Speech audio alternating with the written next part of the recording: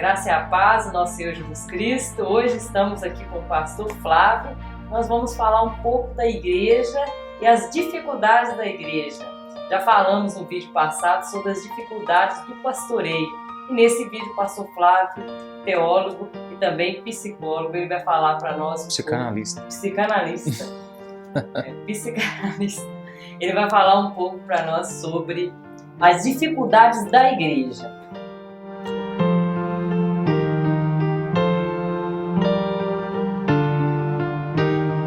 Ok. Meus irmãos, a graça e a paz do Senhor.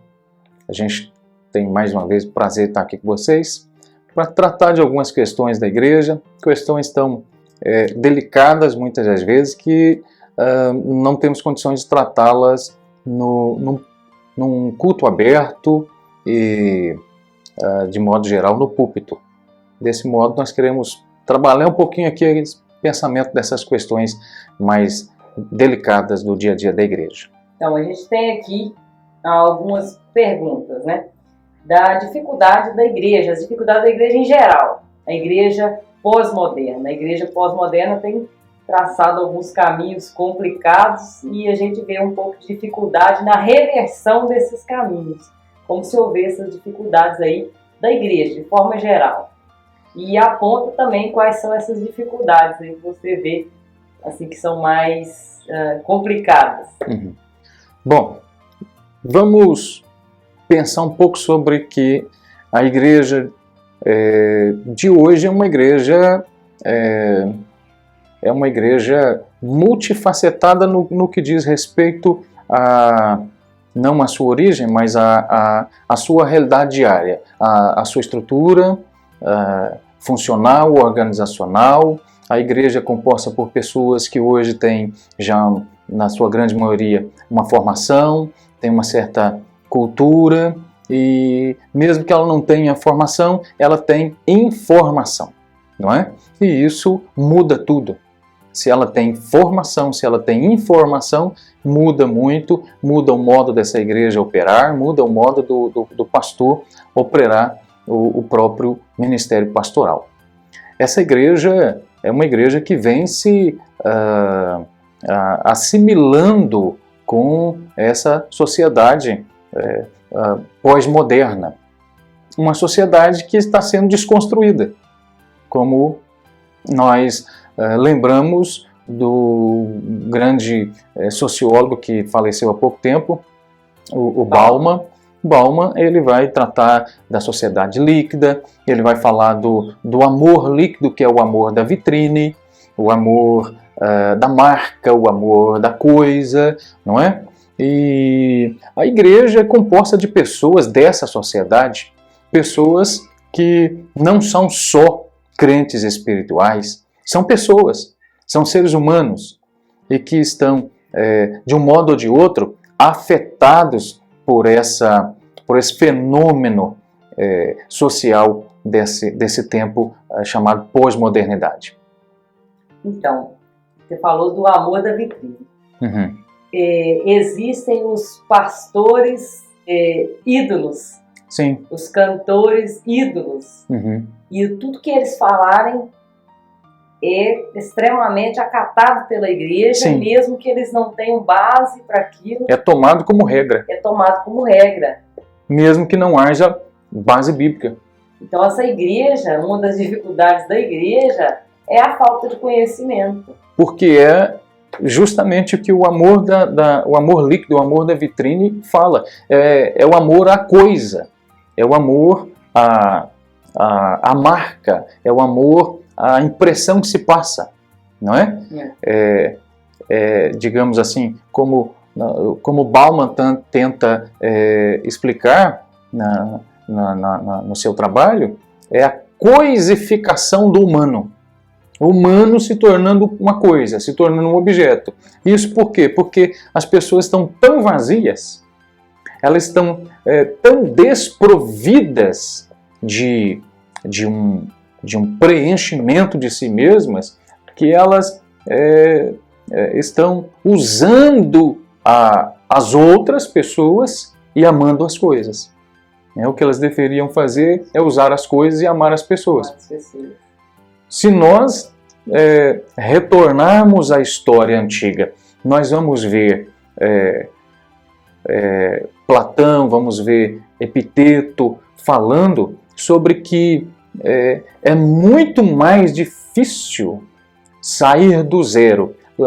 Jung fala disso no século XIX, que é um grande teórico da psicologia, Carl Jung. Ele vai dizer que é muito mais difícil sair do zero e levar o homem para dentro de si mesmo do que sair do zero e levar o homem à lua. Uau! Né? Consciência própria. Carl Jung, que era a consciência própria. Era um teórico, um psicanalista e pai da psicologia moderna. Ele vai falar que é muito difícil levar o homem ao seu interior. Não é? Por quê? Porque ele não ama mais a si mesmo, ele ama coisas. Como o pastor vai pastorear essa igreja? Como lidar com isso? Se ama. Se você falar, olha, você não pode, como pastor, né? Eu não sou pastor, mas o senhor tem experiência, então você não pode seguir esse caminho. Mas ele nem respeito a si mesmo tem. Sim. Para se desviar daquele caminho, ele vai por aquele caminho. Sim. Como lidar com essas questões? Não há, Luciana, como lidar com essas questões fugindo da base da palavra. Primeira coisa que o pastor precisa fazer é tomar para si mesmo o firme fundamento da palavra. Me lembro bem que uma senhora, esposa de um determinado pastor, certa vez, depois de pregar nessa igreja, nós fomos almoçar num restaurante e ela me disse assim que ela precisava de uma orientação porque ela era muito requisitada por todo mundo, ela tinha que cozinhar no congresso, ela tinha que atender o grupo das mulheres, ela tinha que ajudar o pastor na visita, e não sei o que e tal, e ela não conseguia dizer não para ninguém.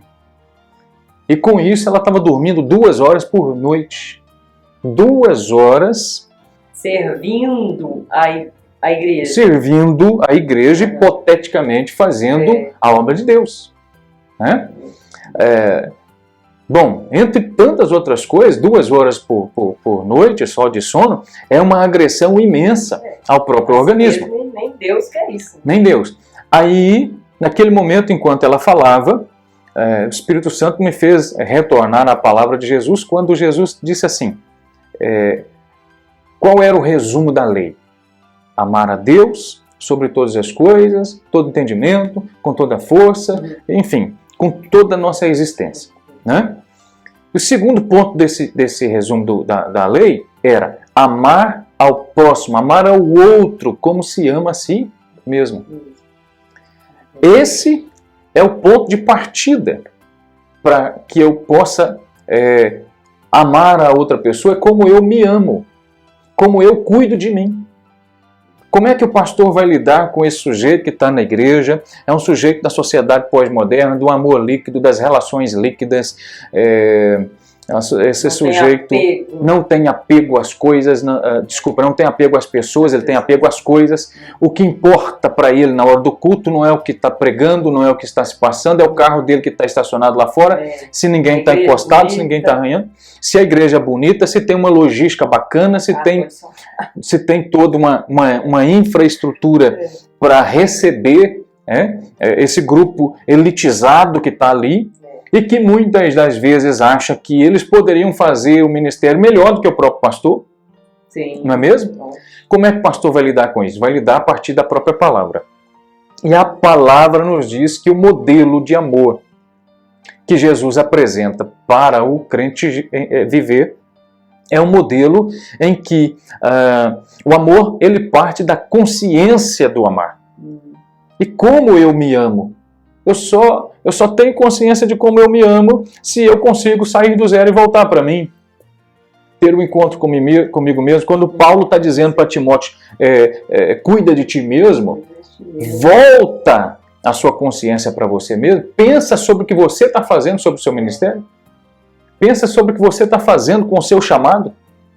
O que você está fazendo com a sua vida? O que você está fazendo com a sua saúde? O que você está fazendo com o seu corpo? Como pastor, ele não pode negligenciar a família. Ele não pode. Não pode negligenciar a esposa, não pode negligenciar os Não, filhos. ele não pode negligenciar o casamento em nome de chamamentos diversos dentro do pastoreio. Ele não pode simplesmente dissolver, diluir esse laço firme do casamento, porque o casamento não pode ter mácula, não pode ter mancha, né? Ele tem que ser o exemplo primeiro para casa. Como eu costumo dizer lá em casa, minhas principais ovelhinhas são minha família.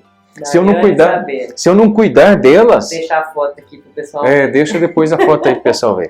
Se eu não cuidar delas, primeiro, eu não tenho dignidade para cuidar dos outros. Não é? Eu costumo dizer isso na igreja, quando o pessoal está reunido, nós estamos estudando a Bíblia, eu costumo dizer, olha, você seria ovelha de um criminoso? Você seria ovelha de um sujeito que bate na esposa? Você seria ovelha de um sujeito que tem uma ficha criminal de agressão, de abuso à criança? Não tem como, não é?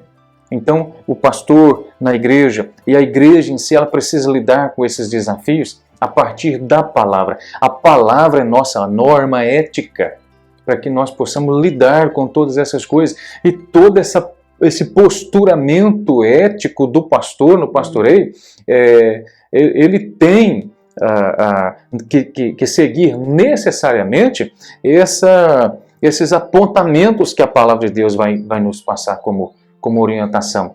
E se nós fugirmos disso, nós vamos ter problema. Vamos lá. A próxima. A geração líquida, né, ela afeta sim a igreja. Afeta e muito, e essa geração tem vivido isso. Eu coloquei mais um ponto aqui, que é avivamento da igreja. Nessa igreja. Sim. Bom, vamos pensar em avivamento a partir de uma figura que eu diria que é no mínimo antagônica. Eu acho que gera uma polêmica do ponto de vista teológico da coisa. Eu não vou citar essa figura nem do ponto de vista da teologia, vou citá-la do ponto de vista da análise psicanalítica, que é a figura do escorpião, dos demônios lá do poço do Apocalipse 9. Né? Qual é a figura daquele demônio, aquilo que aparece ali? O corpo é de um animal, a cauda é de um escorpião, o corpo é de um cavalo vestido com couraças, as asas batem tão forte como faz um som como se fosse um exército, a Bíblia diz. O cabelo é de mulher, porém o rosto é de homem e os dentes são de leão. É uma figura de um ser que muitas pessoas vão chamar de mitológica, seria apenas um mito para muita gente, uma figura de linguagem, enfim, seja lá o que for, vamos tomá-la como um símbolo do ser humano desconstruído dessa época que nós vivemos. Não é? É um símbolo de um humano desconstruído. Um sujeito que está dentro da igreja, mas que não ama o amor cristão. Há muitos tipos de amor, há diversos tipos de amor.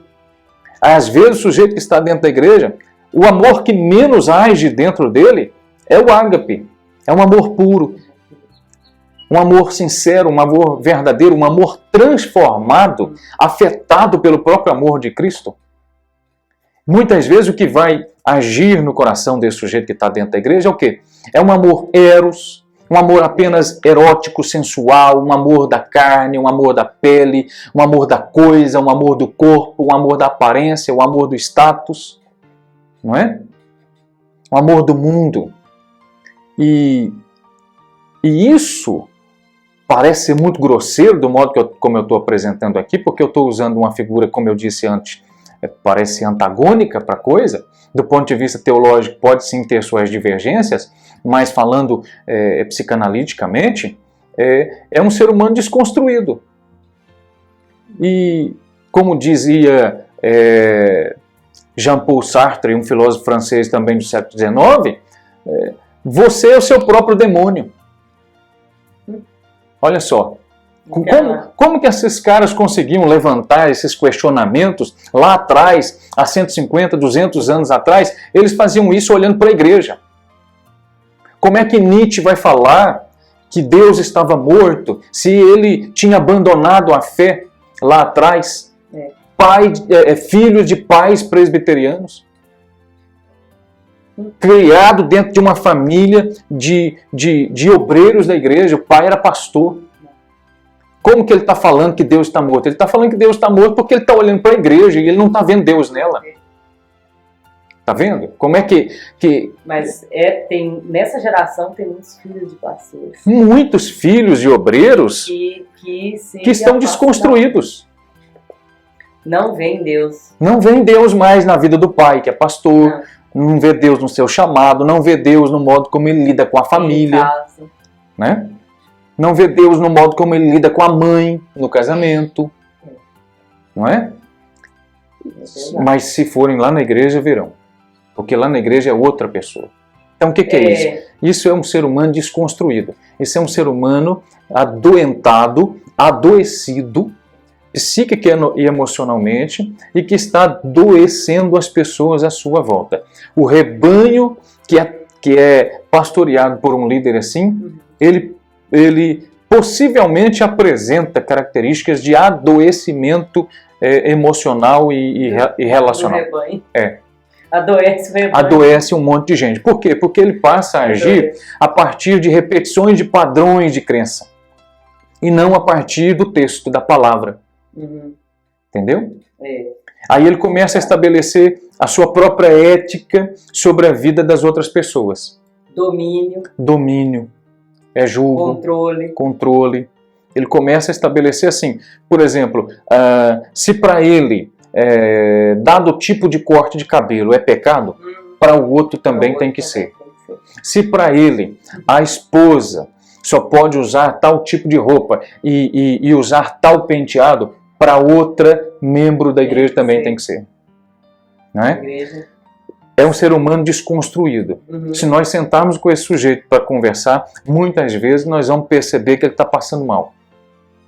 E quando nós estamos falando de pastores, nós estamos falando da igreja também. Nós estamos falando da igreja. Igreja não é só a igreja que está sentada, não. O pastor também é a igreja. Ele é ovelha, ele é um crente em Jesus. Do modo em geral. Igreja, ele é um crente em Jesus. Tanto afeta os membros da igreja, quanto afeta os pastores. Temos pastores que estão se suicidando. Negando a fé. Sim.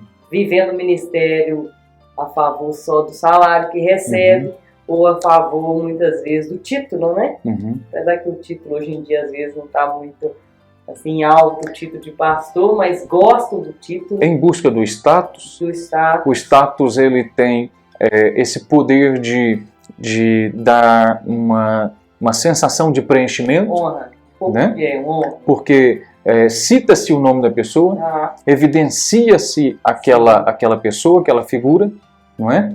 Ele tem a sensação de que agora ele tem poder nas mãos. Por quê? Porque ele pode mandar e os outros vão fazer. Vão obedecer. Isso é uma característica de doença. Isso é uma característica de doença emocional. E o que é que Jesus vai fazer aí para consertar isso, para resolver isso? Pois é. Essa é a grande questão. Essa é a grande questão de um dia para o outro nossa estrutura social foi quebrada. Nós não somos mais as mesmas pessoas depois disso, né? Depois desse alarme todo da pandemia. A igreja, por sua vez, ela não será mais a mesma. Como disse o Bauman, que nós já citamos, a sociedade deixou de ser o que ela era em busca de ser outra coisa. Ela ainda não conseguiu ser o que deseja, mas também não tem como voltar atrás. Ela está no meio dessa transformação, ela está no meio dessa caminhada e a igreja está no meio disso. É como a igreja sempre esteve no meio de todas as mudanças que aconteceram na humanidade desde que Jesus estabeleceu a igreja. Naquele momento em que ele fala em Mateus 16, 18, eu estabelecerei a minha igreja. A igreja não parou dali para frente. Ela sempre esteve no meio de tudo que aconteceu na humanidade. É isso que eu estou falando. Que Jesus não perdeu o controle da igreja. Ele não perdeu o controle. Uma hora ou outra, isso vai ter que Sim. ter um impacto. Por perseguição. Sim. Não sei. Isso vai. Obviamente que quando nós vamos falar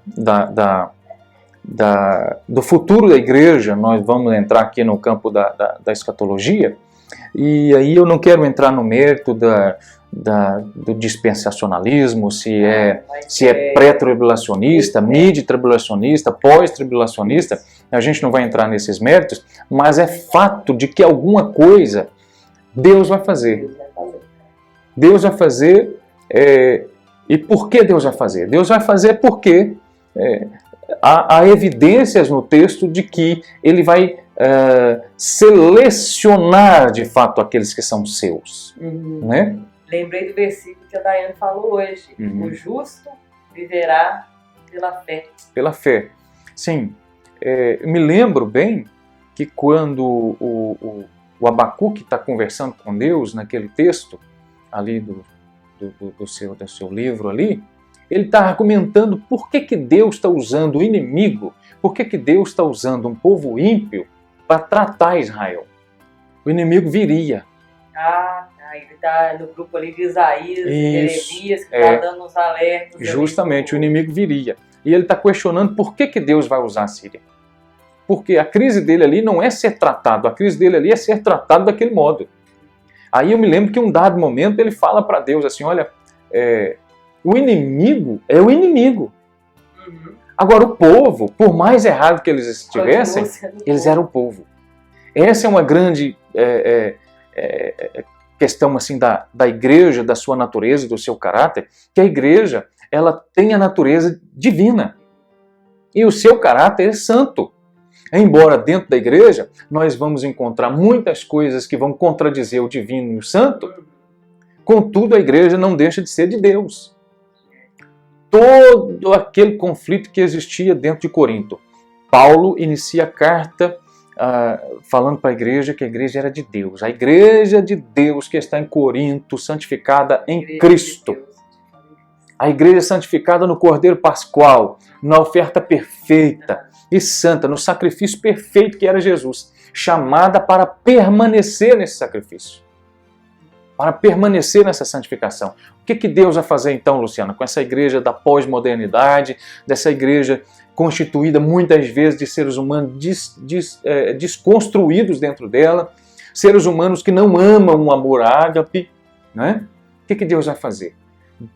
Nós não sabemos como é que eu diria, com a clareza assim muito grande, mas nós sabemos que Deus vai purificar as obras da igreja como o ourives purifica o ouro no fogo. Isso virá por uma perseguição? Não sabemos. Isso virá por uma pandemia? Não sabemos. Isso virá por sanções econômicas? Não sabemos. Né? Mas nós sabemos que os santos estão preservados em Cristo. Como diz Paulo aos Colossenses 3,13, os santos estão guardados com Cristo em Deus. Eles estão preservados. Não há como o mundo tocar no crente em Jesus. Não é? Proibir o culto não proíbe você de orar em casa. Justamente. Não proíbe você de ler a Bíblia. Mas aquele que só lê na igreja, aquele que só ora na igreja, nesse momento da pandemia, ele não está orando. Bom, ele não está orando porque ele já não orava. Ele já não orava, ele só orava na igreja. Ele não está lendo a Bíblia porque ele já não lia. Já não lia. Ele não está bem porque ele já não estava antes. Não estava. Não é? Me lembro que liguei, no início disso tudo, liguei para um maestro e mandei uma canção para ele pelo WhatsApp. Perguntei para ele, maestro, o senhor lembra dessa canção? Uma canção de 20 e tantos, quase 30 anos atrás, né? E ele me respondeu assim, pastor, Até parece que o senhor estava aqui em casa, porque eu separei essa canção para me alimentar durante esses dias. Conversando com outras pessoas que já caminhavam de modo firme e resoluto na vida cristã, essas pessoas falaram para a gente assim, pastor, olha, eu separei esse livro para eu ler durante esses dias. Pastor, eu separei esse texto da Bíblia. Uma outra moça outro dia disse para mim, na escola dominical, ela falou, olha, eu estou estudando o livro de Provérbios, capítulo a capítulo.